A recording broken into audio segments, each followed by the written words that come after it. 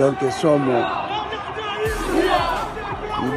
nous ne sommes pas un pays, nous ne sommes pas un État. Nous avons Sika. Ce qui est en Rwanda, la force onusienne, devant les militaires ou devant les citoyens rwandais. Je ne pense pas que l'on connaît au Kiko de Kanamato Yakagame. Le pays est tombé très bas. Donc, ils ont manqué de moto au Kiko Tambosa Yangouli. M23. Mais je n'attends aucune sanction à Sima. Parce que les Arabouis, le gouvernement congolais, et que ça là, rien, c'est justifié la Sima Baninga. Tant que ces textes existent encore, ces gens seront là. Il faut mettre ça sur le bilan de Félix. Monisco s'est comporté en terre conquise parce que devant lui, devant elle, pardon, Aouana dit déjà malungaté. On n'arrive pas à Kolubaki, notre kata, Bolingo, des Nations Unies. Gouvernement, il y a des politiciens qui ont côté la Simana que vous bandit le banc au départ à Monisco parce que vous avez signé ma force régionale. Tout tombé, n'a copie la politicienne. Vouloir le départ à Monisco, oui. Mais nous devons aussi refuser il y a des troupes, il y a des forces régionales. Donc il y a des forces régionales et là tu sais que tu l'Ongoli, Bilamba à Saint-Pierre, tu l'as ici Saint-Jean. Et ça va tout le monde. Va démontrer la face à monde que la commune binemi à peuple, la commune bourreau et la Congomani. On doit les chasser un peu d'art. Mais normalement, tout le monde faut qu'on bango côté bango na boloko yamakala. Mais le coup là baza bangi la faut côté bango na ndolo. Félix a commis le rôle là, Mukolo Ballon, président fondateur. À Otala, la Cour de cassation Natianani, le Conseil d'État Natianani, Natianani, il met ces gens à lui. Il y a la confiance là-bas. Ce sont des nominations et qui est de la côté de Matali Mobeko. Et puis justice, vous prenez seulement vos gens, mais après vous voir que c'est plein qui Bassai Moussa la Malamouté. Ça ne m'étonnera pas qu'un jour, Christian Tshisekedi a commis ambassadeur en France. Ça ne m'étonnera pas que Anthony Tshisekedi, un prince au Congo, a commis ambassadeur aux États-Unis. Et qu'on étonne la maïté, que Fanny Tshisekedi a commis ambassadeur en Égypte. Autre que vivre les lots, ça montre carrément que confirmer Félix Azaka na notion de côté Makambotali l'État, Félix Azaka na notion Maïmatali famille, tout pour sa belle famille. Félix Azaka que Kokamakabund serait une erreur grave à recommettre. Pourquoi? Parce qu'il faut confirmer que Kabunda c'est la vérité, parce que seule la vérité blesse. Donc pour que à se faire salir encore de plus, parce qu'il est déjà sale, Abakissa, Kurta Kabunda la bolo côté. Il tient tout cas au Kangamatata parce qu'il m'a s'est déclaré adversaire. Mais il a laissé Kamere parce que Kamere a accepté à accompagner l'élection 2023. Est-ce que Kabund a menti? S'il a menti, dites-nous le contraire. La présidence de la République devrait se prononcer dans l'allégation Kabund na RFI. Surtout, on a fait de cocaïne, 300 kg. Personne ne veut la tête de Félix. Personne ne veut la tête de Mouya ou les autres. Mais seule chose que nous voulons, Moussa Tambola Malam Monambuka. Et là, on va tout linguer en Rwanda. Donc, il y a tout ça, on va la bonne. Et quand on dit que ça, on est sur le pour la yomoko, pour la famille, mais les autres, on va vivre que les gens ne parlent pas. On doit en parler. Et moi, je vais les gens à parquet, va continuer à se ridiculiser. Vous savez que le Ngonia, au sein de Moussala Malam, étant citoyen, nous allons contrôler politique. N'a pas politicien. À cause de mon amour, on doit mettre fin à des choses comme ça.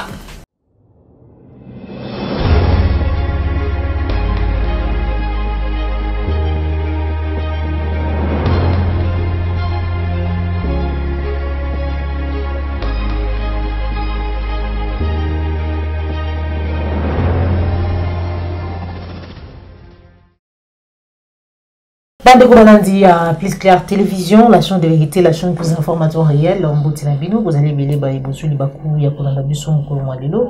Merci de la confiance que vous avez pour renouveler la carte à la chaîne de vérité. Voilà pourquoi mon Kolomalilo, 1er août 2022, Ngaï Maman Joël Kombi, Nazali Nissi, le côté de la bande qu'on a bien le numéro Yassika, il y a émission vérité de tout côté, où il y a pour la bino, mon ambo, Kazaïra, Congolais, Mustafa, et le Monaye. Dès tout la même matin, République démocratique du Congo. Situation sécuritaire. Agression après agression, il y a Rwanda, Ouganda, dans les pays, Union, son voisin, au Bakazarabiso, les lieux comme tout, il y a Monisco. Officiellement, abuti kofungola moto ndenge to bakato abeti masasi na population congolaise na ngambo ya Kasindi.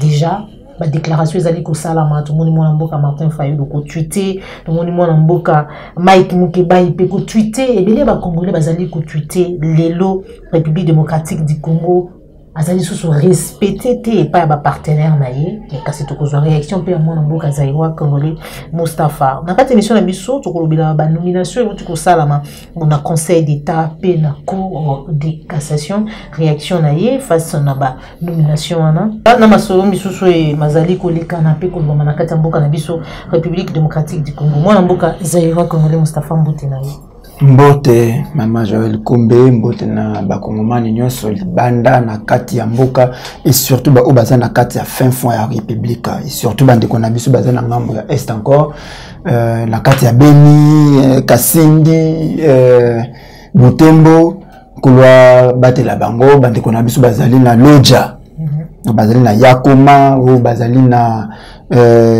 Businga likolo kuna na Befale kulwa batela bango. Voilà, collaborer la bango. Nous avons une image de une population peuple congolais azali en colère. Pe maïmalekanaki na Kasindi entre Mboka Wezali na frontière ya Mboka na biso République démocratique du Congo na Ouganda. On se retrouve tout à l'heure.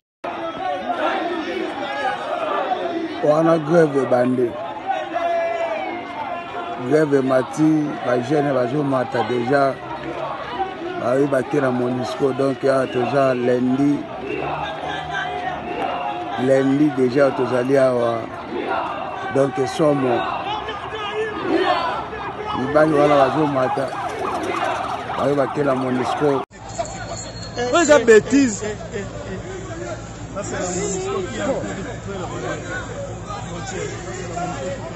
Longba nayo.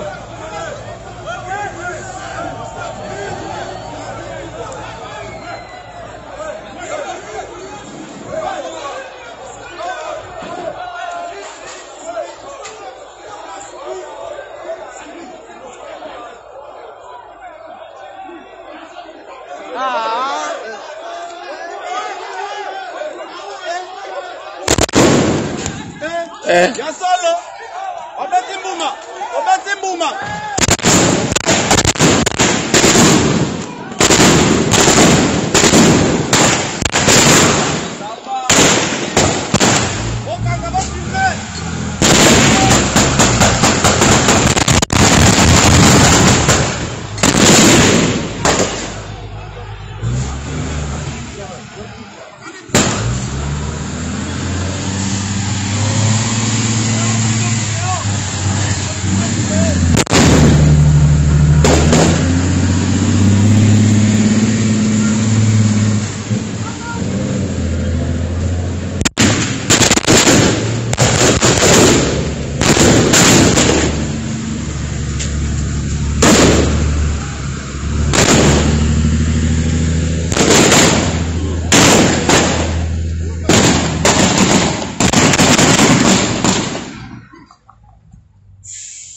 Kolobani na mai ebuti kolika incident ou elekani na ngambu ya Kasindi ozaki causé par ba militaire ya brigade ya intervention ya Monisco o basilaki kobeta masasi na population lo nini o esalaki kenote mapinga wana ba beta masasi na peuple congolais.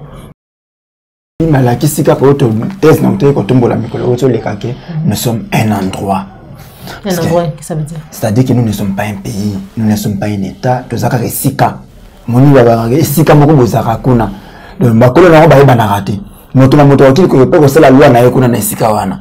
Et ça c'est ko mboka na biso ndenge zali. C'est un endroit où n'importe qui peut venir, n'importe qui peut faire ce qu'il veut. Tant que le baka tout ça un État, tout un État, na longoli État comme nation, na un État local là motambusi. L'État mo kondibula matadi. Alors, tango na mboka o bakambi bazali moto akotoka kosala ba bêtise ya boye pour abara ko tabaleka na kimia ayo salemate soki tokiyate na Rwanda ba force onusienne ba beta masasi devant ba militaire ou devant ba citoyen rwandais Je ne pense pas que l'on connaît au Kiko de Kanamato Yakagame. Mais pas n'absolument qu'elle est qui dans Kimia. Vous avez un ministre à la communication qui vous dit que on va faire l'enquête, on va la sanctionner. On ne sait pas, on va sanctionner Nani, on va Nani. Ça témoigne simplement que le pays est tombé très bas. Donc, ils ont manqué le pays n'a pas de dirigeants. C'est ça le vrai problème. C'est ça la vraie situation. Les Nations Unies, les contingents qui vacances, comme la frontière, et là, comme là, qui bazonga. Jusqu'à ce que ordre que vous avez l'école et sengana batu bazali wana ba fongola ba monzela. Mais le col là un endroit bango ko bayika na endroit wana yango basali na bango mbulu omoni ki ba beti masasi ba fongola nzela baleki. Alors, quand déjà bango bazali ko reconnaître quand même va dire que noté ba casque bleu na bango ba fongola ki moto to pe ba beta ki masasi sans raison la frontière à Kasindi. Est-ce que il y aura vraiment des sanctions parce que bango moko ba reconnaître yango?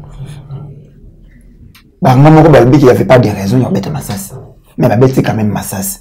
Le seul bazala qui batu ou seul bazala qui devant batu ya so dans ce moment ça va. Vous êtes venu ici pour pacifier zone à est pour la stabilité et la paix. Mais malheureusement, depuis que nous avons fait la maladie, nous avons fait bisika bouta pour pouvoir nous tout comment au lieu de combattre là. Bandi ko ça nous sala ba ADF. Na ba M23. Nous nous sala ba bandi ko sala. Donc normalement il faut ba kende.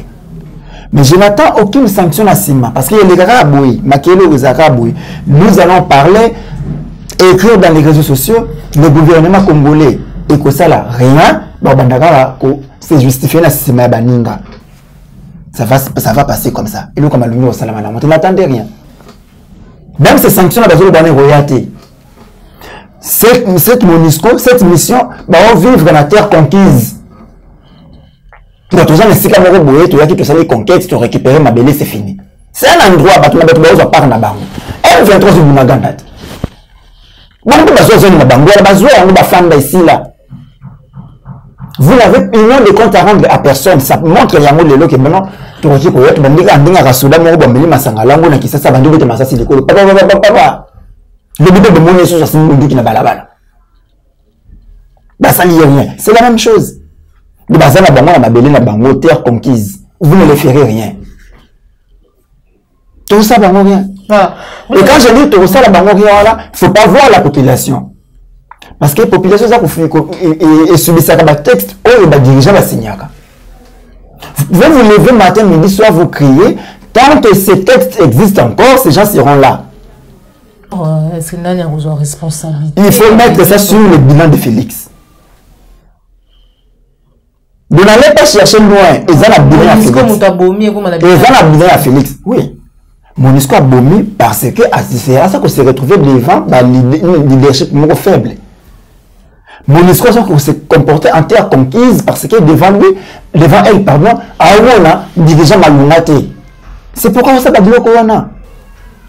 Mais ce qui a coûté la Mibali, il y a solo, il y a un somi, il y a un kondiamboka, il y a un tongo, c'est fini. Mais on n'arrive pas à Kolubaki, notre kata, Bolingo, dans les Nations Unies. Le gouvernement, c'est Kabila qui a essayé une fois, comme c'est bon que nous n'avons pas Nabino. MONUSCO a silisi Bolingo Nabino, et vous mais et vous pouvez moi naté. Na monito Kabonaka wana bongo la paix que n'a pas. Félix a dit non, MONUSCO fatikala. Est-ce qu'on peut comprendre que tu bosser naké sous Kabila vers la fin, la MONUSCO retirer déjà la troupe naé. Il y a des troupes des Nations Unies qui avaient déjà même sous Félix, il semblerait que aucune troupe n'a été retirée. Voilà maintenant comment ces gens se jouent de nous. Kabila avait commencé. Félix, ça y est, au lieu à continuer au Kabila Banda, qui est le lutte de sur le MONUSCO Awate.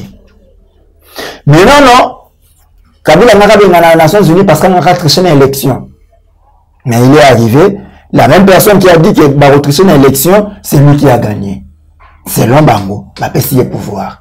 Mais Lelo, il réclame de par MONUSCO, ma bien à MONUSCO, ici Kanini. Deuxième, il y a ce que tu fais, Matali, MONUSCO. Il y a les bosso, nous avons demandé de départ à MONUSCO parce qu'il a échoué qui n'a mission. Mais il y a des politiciens au bas côté la simana yango ko vulu bandi ko welela le bango départ à MONUSCO parce que ba uti ko signer makambo ya force régionale.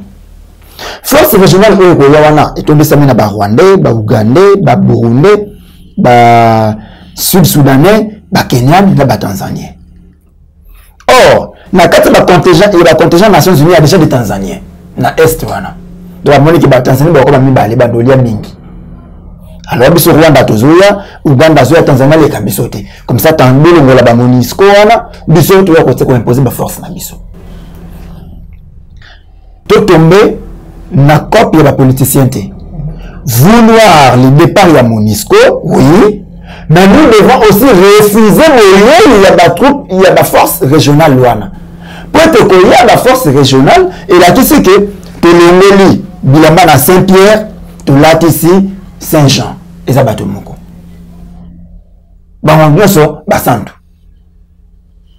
Force régionale et Kokotate, la force onisienne, Makinde, fini. Tu peux ça Makasi, tu peux ça Toli, tu peux ça Mbongona, la forces armées na biso, FRDC, Babunda, Kabila l'a dit. Ce sont les forces armées congolaises, qui Kenya, la zone est, qui groupes armés, ce n'était pas la MONUSCO. Et bon, pourquoi tu continues il y a territoire na biso? Tant que ça ne servir à rien. Et surtout, démontrer la face à monde que comme bien ennemi à peuple, comme bourreau de la Congomanie. On doit les chasser un peu d'art. Moi, je suis congolais qui a été sili kuchama boko, casque bleu ou baboumi ba congolais. Oyambi on est malgré le comportement na bango. Ba samba wapi. Celui réellement bâti bon maboko on doit commencer par nous dire ba kombo na bango. Identité complète na bango. Na bamboka bauta. Vous verrez que ba kombo na bango est bimate, bamboka bauta est bimate. Bisika bakandi bango ko bimate, bisika ba ressemble ko bimate mais ba la même discours mosusu. Pour nanga eza bango mensonge. Mais pour nandi maloko la Santo Thomas, ba yebisanga ba kombo na bango, ba yebisanga bamboka bauta. C'est une distraction de plus. Parce que la sima bango c'est que ba casque bleu wana bakanda bomba ba kongole ba zongi. Ba kesa la prison na mboka na bango. Mais normalement ba tuana faut ko kanga bango ko tia bango na boloko ya makala. Mais le coup là baza bambila faut que tu bango ndolo. Faut que tu bango ndolo. Mais au moins que batuana ba ko bunga bo et histoire il est canon peka bango na soin. D'accord. On doit les chasser en point barre. Ils allaient monter au Congolais, nous sommes au nom de quel principe, de quel accord devrions-nous tolérer le dérapage où ils allaient de la part il y a MONUSCO. Voilà. Motuna Bakongoma, nous avons trouvé réponse dans mon cas que nous ne sommes pas un pays, nous sommes un endroit. Nous devons militer, nous devons lutter de manière à ce que nous devenions d'abord un État, un pays. Tant que comment mboka neto koyeba kozwa ba solution na makambo onyoso. C'est ça la réponse. Voilà. Moi mboka Azaiva Congolais Moustapha ba nomination no lengi na uti koloba na conseil d'État na cour de cassation quand même il y a eu un changement la réaction na yo lelo c'est sur base de quoi ba nomination et les alliés ko ça là mais est-ce que les alliés toujours regarder ba même principe que hier tout lelo est commis sur critères tout base ya makambo susu. Abanayo tango to walaki na 2021 e bandeli na baki na ke bana biso toza na Gondwana. Chez nous au Gondwana avant beaucoup d'élections, président fondateur faut se rassurer que pene na ngai na bongisi nyonso pona gagner. Arbitre azali ngai, ballon ya biso, noto to beta balle ya bomwana so boko sakana mukolo ballon so ka ya lembi match sili. Attends besoin na personne beta balle so ka lembi ka match sili. Bazu balle na yake. So le bouclier match sili. Bazu balle na yake. Donc yende aponaka batu ya beta na bango. C'est ce qui se passe maintenant lelo. Donc Félix est comme le gars là, mukolo ballon, président fondateur. A Otala, na cour de cassation na tianani, na conseil d'état na tianani, kutuna tianani, il met ces gens à lui. Il y a na confiance là-bas. C'est ce qu'il est en train de faire. Ce sont des nominations où je dirais que qui est dans mon anzela mon côté na maimatali mobeko. Pour ma kamisa mokolo ba otanga dossier vundwa we tepimako eleka batanga kango na parlement tango azoko tanga CV na etala CV mulai certes le vieux a vieilli il faut akende moi pe kopema mais bolongoli bakolo bote bakolo parce que ces jeunes là qui ont aussi fait preuve ya makambo mususu bakolo tia bangote. Et puis justice vous prenez seulement vos gens mais après vous voir que se plaindre qui basali musala malamuté tant que besoin qui kaluba botaki na cour constitutionnelle yende pena yesuka matata keika akuna boy abi biso to kosambisa matata te fobozela yeswaya ba moni ba longoli ba tuya cour constitutionnelle ba lekena ambatingi na cour de cassation ba bi na cour de cassation on voit musala wana sala yango akobi na cour de cassation ba komi ko na ba ngopi bi oh azali pena mwana nzambe ngana ko sambisa ete ka nzambe yemo mto ko sambisa ye yango moni matata bande na ko tambola lwa mopepe kinya ewa. Jeannette Nyakeo, ambassadrice mboka na biso na ngambu ya Ghana. Tozalaka déjà na mususu John Nyakeo na ngambu ya Kenya. Monsieur $20,000. Est-ce que ils allaient nango ba compétence ki bandeko ya première dame ba se retrouver na ba poste wana tout ils allaient nango ka critère. Ça confirme l'occupation. John Nyakeo, ambassadeur ya mboka wana nini, il était protocole. Alaki protocole. La présidence ou akomi ambassadeur. Qu'est-ce qu'il maîtrise na Matali et coopération internationale? To y éviter. Est-ce que ça Moussala, ce petit ici au garçon là ni Vincent Karega Kanamboko? Aïe, à côté de service, il commence à infiltrer même bateau. Ah, du coup, infiltrer même bateau pour basoaka toujours à bloquer au Congo. Bah, mais est-ce qu'il peut aussi faire ça là-bas? Ah, celui-ci la John était à Zusu sur une décona. Bah, moi, monsieur sur Nyakero, Yami Bale. Moi aussi. Tende Ghana. Ça ne m'étonnera pas qu'un jour, nous avons Christian Tshisekedi a commis ambassadeur en France. Ça ne m'étonnera pas d'ailleurs que Anthony Tshisekedi, un prince au Congo, a commis ambassadeur aux États-Unis. Et qu'on étonne la naïté, d'ailleurs que Fanny Tshisekedi a commis ambassadeur en Égypte. Et qu'on étonne la naïté parce que autre qu'on vivre les lots, ça montre carrément makamboka bundo tikolo ayoti ko confirmer ko biso to lobaka parce que là j'insiste au lieu de Congo on peut sa confiance na Jean-Marc Kabund ba Congo il faut pas pesa de confiance na biso pour que makambo o biso to lobaka et confirmer que makambo to lobana o Kabund aye ko bakisela biso que c'est vraiment liberté ya bato bazali na notion de côté à l'état. Félix Zaka na notion de côté makambo tali l'état, Félix Zaka na notion ma matali famille. C'est ce qu'il est en train de faire. Tout pour sa famille, tout pour sa belle famille. Voilà.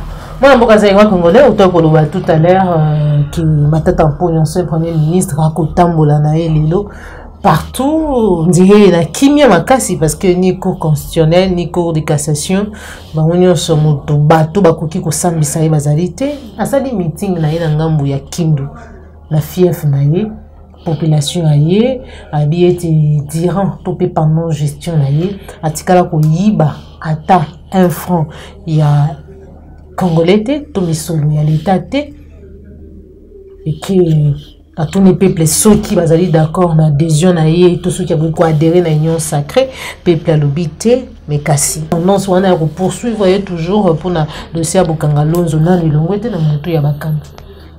Bakei na nuna co-constitutionnel, aux organisations. Les organisations, à que mandat d'arrêt provisoire, to bengi na bolo, comme tata commun, à piote, ma tata. Azoya, tu as la landa qu'on a une résidence surveillée. Le bin a tongo la lever résidence surveillée à Bado Tambola nae. À ceux qui ont été, Matata, tout Bukamalonzo, à Kei, à combien qu'on a, la cour s'est déclarée incompétente. Malheureusement, la incompétence à cour, basons la cour de cassation, qu'on a sous-sopé, et bandit que Bimanango le rôle incompétente. Mais, boni makambona mako kendena lulengi wana. Augustin Matata azali ko bimi sa challenger ya Félix ya makasi. Je pense une fois que le belo comme que bitumbezalaki diplomatique. Matata na carnet de sa makasi. Matata zana bato ba pesa confiance makasi na libanda. Yango azali na moi loko na wana yeko sala ye et sengo mingi abiki aleki Félix na carnet d'adresse. Félix avait retiré confiance na Kitengeyezu akufi. Chimbo momukuna akufi do linga bonga tikali polele. Si kao matata tali batuneso bako se kobattre la Félix bakufi tikali andu sakana na esprit na ye. On lui a dit que adhérer à l'union sacrée pour tout que poursuivre. Makei kuna batu ba ebisi ko kota union sacrée. Voilà Félix a mis ce sous perdant. Félix a mis perdant. Mais quand il dit qu'il y a eu un fronté dans Mboka Oyo, ça fait mal dans mon tema bakongomani. Ça fait mal dans mon tema bakongomani parce que bon Mboka malonzo kenda wapi. Projet 1000 écoles par an. Combien d'écoles Matata Tomaki n'a presque 5 ans ça qui comme premier ministre. A Tomaki combien d'écoles? Aucune. Donc bon bakongomani et bongi na mokaboy. Bonga bakongomani bunga na mokaka boy. Alobi wana so azwaki en moté. Mais au moins kende ko tonga na maniema. Au moins kende ko tonga na maniema. Mais ça qui fait mal na bato ya lelo bango so bazimbo moké libanda mboka. Kabunda le baki ya des paradis fiscaux. Ba hotel ambongo na bango na ba jet privé et ekende. Et ba souki on a pété ba kotisi na bangi cocaïne. 300 kg. Kabund a confirmé. Et voilà, dans tout ça, vous voulez que tout fanda tout à l'heure bango ba ko saka ba bêtise na bango wana. Voilà, Kabunda kindeki azongaki lobby ya kozonga ko répondre le sous son accord de cassation. Est-ce que cette fois-ci, on a le état de droit où les alliés Kotambola à Kozonga, qu'il est soutenu par Bandeko Délé, notamment tout le monde qui présente à Mboka Mike Mukeba, il est en Azoni Landa Kunaye, à Kindeki Kino Kuna, Kotala Ebe ko soutenir. Na waki côté la Jean-Marc Kolbanaye que on a quand même mobile au bénéficiable comme ce caméra ça quand on kaboka na kana kabila. Yo ça qui a quand même ça montre vraiment que le divorce est consommé. Mais faut que vous la mise sur ma case. Pour mon collègue, les gens qui ont ma case les alaki. Il n'y a aucun naï. Comme si on a seul une batikaki. Tout le monde, ça c'est que on va bâtir dans mon tout quand on a kenaï. Tout le monde qui est l'homme est la terre, mon tout quand on a kenaï. Moi que c'est la bonne jeune robot na batikaki ayaki azongi. Ayaki azongi le message qui ayaki azonga kanaï. Allez mon collègue c'est batikali naï. Mais Félix Aïba que Kokamaka Bund serait une erreur grave à recommettre. Pourquoi? Parce qu'il faut confirmer que Kabunda c'est la vérité, parce que seule la vérité blesse. Non, mais il faut qu'il y ait une preuve, il y a il a dit cocaïne, paradis fiscaux. Nous constatons qu'il y a un bâti qui est le baki, ou le baki va nous aller encore 5% de la vérité. Le baki va nous aller à 5% de la vérité. Il en a plusieurs. Donc, pour que à se faire salir encore de plus, parce qu'il est déjà sale, Abakissa, Kota Kabound la bolo côté. Parce qu'il tient tout près au Kangamatata parce qu'il m'a s'est déclaré adversaire, mais il a laissé Kamere parce que Kamere a accepté à accompagner la élection 2023. Il a dit bon, c'est-à-dire que Félix va arrêter tous ses opposants. Kabena le Bagi, Gondouana. Kamere, à Rosalanga, on a soutenu Kamere en 2023, jamais. Nakangae. Akangi Kamere. Kamere a fait na boloko. Bon, tout kana, on soutenir nga, ok l'endémie, Kamere bima. Au monde va péter le combat à moi, on appelle les Monsanto, comme Monsanto, mais c'est l'innocent. Akangi, il y a bandu la matata. Matata, il m'aura dit à dénoncer avant que c'est une côté union sacrée. Si on a côté union sacrée, il va poursuivre nga. Il y a mon go à l'obaki en moi déjà. Il y a Kabound à s'annoncer à candidat. Plainte bimi. Mais est-ce que Kabound a menti? S'il a menti, dites-nous le contraire. Mais ceux qui ont dit que l'État Zakaya solo, ceux qui ont dit que solo, la présidence de la République devrait se prononcer dans l'allégation de Kabound na RFI. La présidence de la République devrait se prononcer. Surtout, on a fait de cocaïne, 300 kg. Mais la point on les a pas si. Paradis fiscaux. La présidence devrait se prononcer. Pas que le bakina kangisa pour la diffamation, mais au moins que la kisake Kabunda kosi. Quand la kisake Kabunda kosi la kisake que beaucoup de la cour de cassation qui est au samba. Non. Parce qu'il y aura des choses qui vont encore sortir là-bas. Oh, mais nous allons demander aux Congolais si réellement vous voulez que le procès Kabunda la procès Kamere. Parce que le Kabunda Lobaki, ça concerne tous les Congolais. Moi, on a vu ce Mboka et Tendaka Libanda. Mais Félix Alobara, on a Katamboka, oh non? Que Kabila, Baki, Otala, la Panama Papers, Bambon, on a la famille Kabila. On ne l'a pas poursuivi pour ça. Est-ce qu'il pouvait nous prouver ça? Qui n'a Panama Papers, bon, on a la famille Kabila. Lui pouvait nous prouver ça. Si aujourd'hui, on veut que Kabila prouve, il bon qu'il n'a pas paradis fiscaux. À commettre on a tête à Kabunda Sam à Tambola Nenga Tambola. Dan Gettler, moko ya ba lié les milliardaires, hein, tout le bongo. Camarade, il y a Joseph Kabila, ancien président de la République, na interview naïe accordé à Jeune Afrique, Talissi était Kabila comment qui pour comme un frère, ils étaient en train de parler de la religion, du développement du pays et de tout, hein, sauf de rien. Il est tombé amoureux à lui et je suis tombé amoureux du pays. Quand Dan Gettler ko le babilo ko bongo bando sur la Kabila, il y a un homme d'affaires. Kabila a pas d'affaires. C'est normal, bah tomber amoureux, il y a gâteau, ça sur cadre, bah oté facilement, bah tomber somba. C'est ça, donc. Là où tu m'as côté na détail zaté, de bande de là se comprendre que non de na boy, na monde na ngao, to ka bien. Na yaka awana $100,000, le na comme un milliardaire. Il ne peut qu'aimer les pays, mais il n'aime pas les Congolais malheureusement. Parce que s'il aimait les Congolais, on va comprendre ba Congolais était à qui non. Pour finir, vraiment, Mboka Zaïwa Congolais, misolo ya l'État, misolo ya paisible citoyen, mbongo ya passe ya maman mapa ya bana mai donc nyoso to futa ka ba wala ya mike ya ngone zali ko sala ete ba institution na biso ba biloko na biso sol les sous-sol ezali ba minéraux na biso kita na biso ezali ko sala ete ba institution est fonctionner ba député na ba nyoso zali ko kamba biso ba kwa quand même moi misolo to zali ko mona lolenge bazali ko vivre kolega biso oh tous allez peuple citoyen. Comment on a l'image que tambola na ba réseaux sociaux, image élimine à ministère et à communication et médias et Patrick Mouyaya, le lenge mbongo, ils allaient ko bima ministère et ko na destination misusu. Tolanda qui communiquer na bango batali ete sengeli bato ba commenter yango te ba lobela yango te parce que ba action judiciaire ekolanda na moment tozali ko solola mutu oyo azwaki image wana azali bongo liboso ya bazuzi balobi sengeli aloba avec quelle intention ou yazwaki image wana alors que misolo ezalaki kolongwa na bisika oyo esengelaki ezala po ete kendi côté mosusu analyse na yo mboka.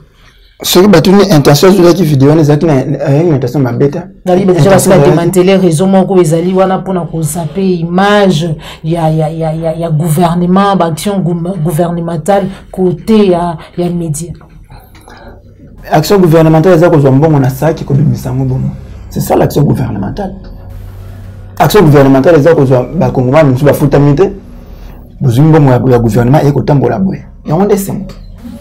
Action gouvernement ezali boye na kati ya banque moko ba boko futa de Congolais moko za huissier na budget huissier na budget mosusu azali préfet des études na école préfet des études a bimina 380 000 francs congolais huissier a bimina 3 800 000 francs congolais.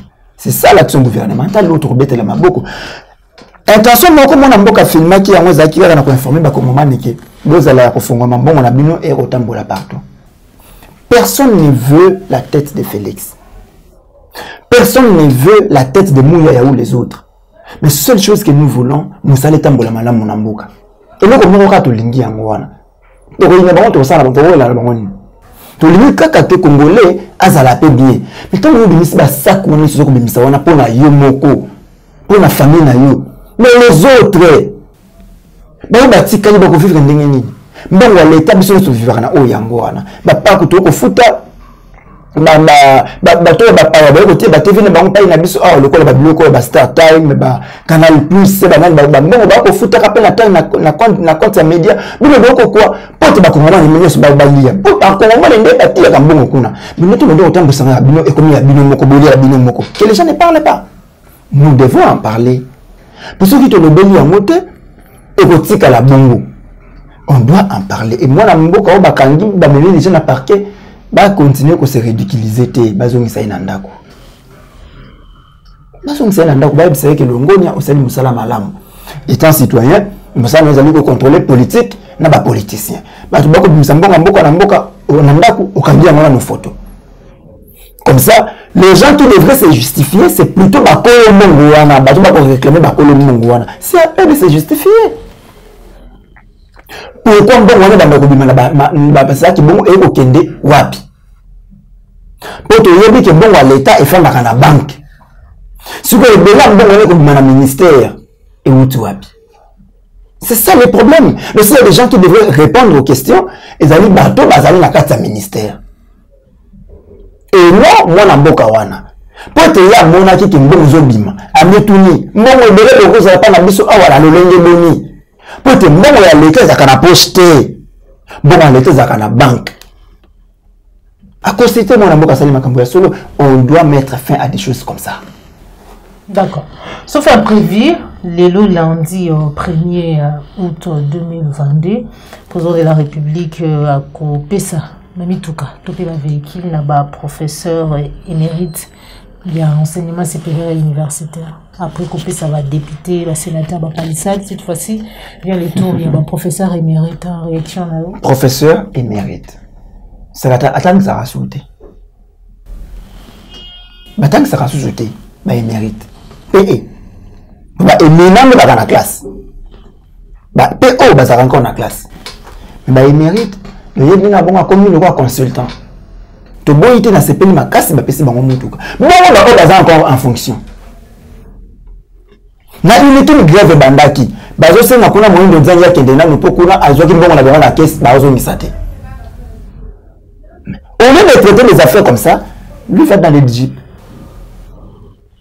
Lui va dans les jeeps. Mais la temps où la PC émérite. Bon, baza encore pour produire, baza encore ma casse. Ce va réclamer. Mais je peux tous en cas. On sera où? On devient la république de jeeps et des passeports diplomatiques. Une comédie de plus. Alors, nous sommes arrivés à la fin de notre émission Vérité de tous côtés. Bande Kobalandi, Plus Clair Télévision, la chaîne de vérité.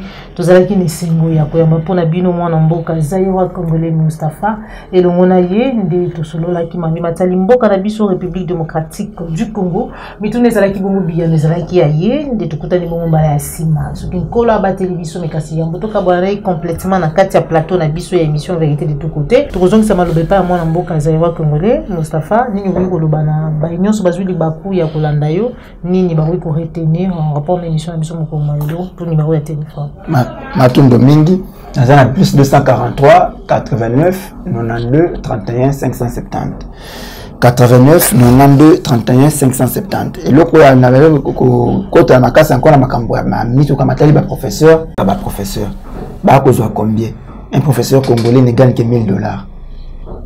Là, un professeur émérite, on a qui paye sa jeep, ne gagne que $1000. Quand on paye sa jeep, on a un carburant à $200 par jour, monnaie qui est au ligne. Pourtant, on va noter la Moutoukana avec 2 millions de francs congolais à son salaire. Et quand on résout 2 millions de salaire, il faut résoudre les problèmes de la famille, il faut résoudre les problèmes de la Moutouka au PCE, c'est que tu ne l'aimes pas. Il faut penser d'abord à la sociale avant de faire vivre dans le luxe. Donc autant que la mutu comme le luxe. Les gambo encore les alliés, les pétitions de l'ansaki. On a moins en boka Denis Mukwege. Bakongomani, bo continuer à signer à gogo. Bo lembate, bo signer à mingi pena koleka. D'accord. Et à Misatu, Misa Mazali le 7 septembre. Ils ont déjà dans le mois d'août, au Kanisa Moboka Mobutu. Ok. Le 7 septembre, au Kanisa Mobutu.